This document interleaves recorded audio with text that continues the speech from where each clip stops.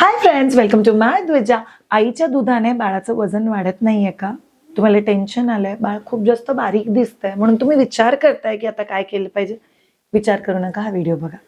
हा व्हिडिओ तुम्हाला पूर्ण डिटेलमध्ये सोल्युशन देईल की आईच्या दुधाने बाळाचं वजन किती वाढलं पाहिजे आणि आईच्या दुधाने जर बाळाचं वजन वाढत नसेल तर त्याची कारणं काय आणि त्याच्यासाठी सोल्युशन्स काय. चला, मी Shreya Shah, childbirth educator. हा व्हिडिओ पुढे बघण्याआधी पटकन खाली जे सबस्क्राईबचं बटन आहे ते दाबून टाका, म्हणजे तुम्हाला पडणाऱ्या प्रश्नांचे, न पडणाऱ्या प्रश्नांचे आणि फ्युचरमध्ये पडणाऱ्या प्रश्नांचे सगळ्या प्रश्नांची उत्तरं तुम्हाला ह्या युट्यूब चॅनलवरती मिळून जातील. तुम्हाला तुमचा प्रश्न आणि त्याच्यापुढे माय द्विजा असं टाकून युट्यूबवरती सर्च करायचं, म्हणजे तुम्हाला नक्की नक्की त्या प्रश्नाचं उत्तर मिळेल. चला, आपलं आजचं उत्तर सुरू करूयात. जर तुमचं बाळ फक्त आईचं दूध पीत असेल तर आणि त्याचं वजन वाढत नसेल तर तुम्हाला कोणत्या गोष्टी आधी समजून घ्यायच्यात. पहिली गोष्ट, वजन वाढत नाहीये म्हणजे काय? घरचे म्हणतात का बाळ बारीक आहे, त्याच्यावरती ठरत नाही वजन वाढतंय की नाही. नंबर 2, गुगल, युट्यूब, डॉक्टर तुम्हाला कोणी सांगितलंय का आठवड्याचं 200 ग्रॅम वजन वाढलं पाहिजे? स्वतःचा रिसर्च करा. आईचं दूध जे बाळ पितं त्याचं दर आठवड्याला 150 ग्रॅम पेक्षा जास्त वजन वाढलं पाहिजे. तर तेवढं वाढतंय तरीही बाळ जर बारीक दिसतंय तर ते नॉर्मल. तिसरी महत्वाची गोष्ट, आईचं दूध बाळाला पुरत नाहीये, म्हणजे लो मिल्क सप्लाय असं तुम्हाला वाटतंय म्हणून तुम्हाला वाटतंय वजन वाढत नाहीये का? तुम्ही हातात घेऊन चेक केले, माझं बाळ ना मला फार हलकं लागतंय म्हणून बाळाचं वजन वाढत नाही. नाही, बाळाचं वजन ना हातावरती चेक होत नाही. बाळाचं वजन हे नेहमी वेइंग स्केल किंवा वजन काट्यावरती चेक होतं. ते पण आयडियली सेम वजन काट्यावरती चेक होतं ज्याच्यावरती तुम्ही लास्ट टाइम चेक केलं होतं. म्हणून ह्या सगळ्या गोष्टी चुकीच्या आहेत.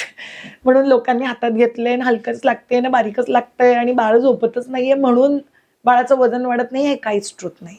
पण यस, जर तुम्ही डॉक्टरकडे गेला असाल, डॉक्टरकडे वजन काट्यावरती ठेवून तुम्ही बाळाचं वजन चेक केलंय आणि मग जर तुम्हाला डॉक्टरने सांगितलं की बाळाचं वजन पाहिजे तेवढं वाढत नाहीये, तर मग त्याची कारणं काय असू शकतात आणि त्याच्यासाठी आपण काय करू शकतो.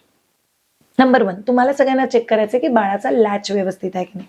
लॅच म्हणजे बाळाचं तोंड जेव्हा ब्रेस्ट वरती येऊन अटॅच होतं ते बरोबर आहे की नाही. तर बाळाला निपल फिडिंग नाही द्यायचंय, बाळाला ब्रेस्ट फिडिंग द्यायचंय. ब्रेस्ट फिडिंग करताना आईला दुखलं नाही पाहिजे, महत्वाचं. कारण ब्रेस्ट मिल्क हे वाढतं डिमांड सप्लाय मेकॅनिझम वरती. जेवढं राईट लॅच असेल तेवढं ब्रेस्ट डोक्याला सांगतं दूध पाठवा, दूध पाठवा, दूध पाठवा, आणि तेवढं दूध डोकं पाठवणार आहे. जर लॅच चुकीचं असेल तर डोकं दूध पाठवणारच नाही आणि हळूहळू दूध कमी होत जातं.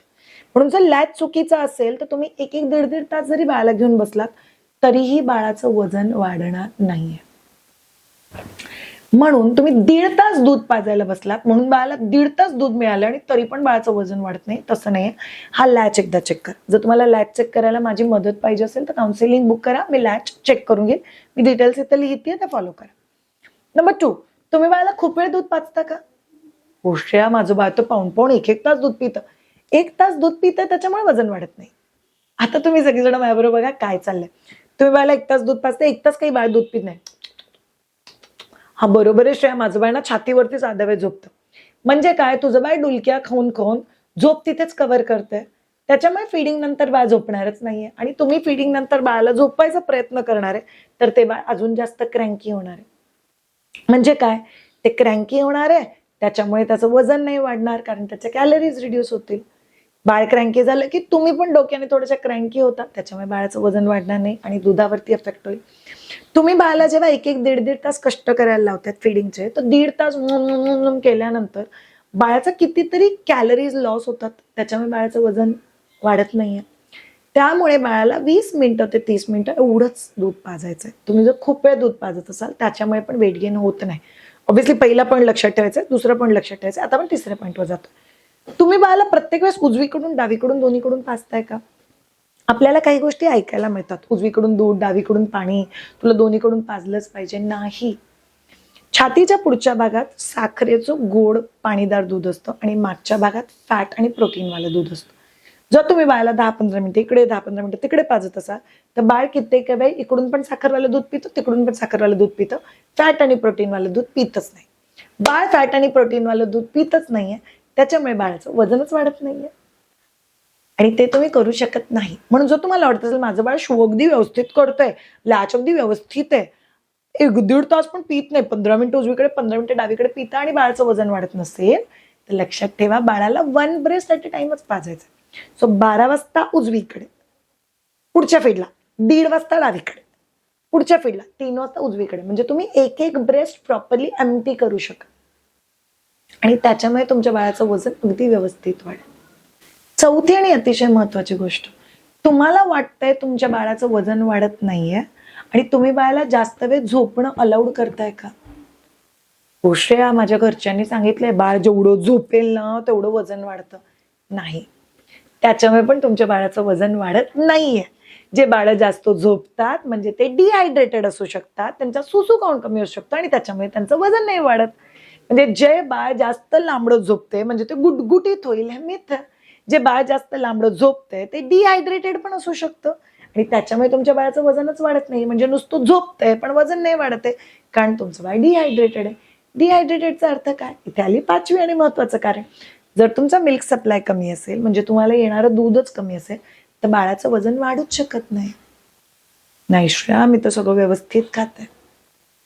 स्ट्रेसमुळे मिल्क सप्लाय कमी होऊ शकतो, तुमच्या हॉर्मोनल चेंजेसमुळे मिल्क सप्लाय कमी होऊ शकतो. मग मिल्क सप्लाय बरोबर आहे की नाही चेक कसा करायचा?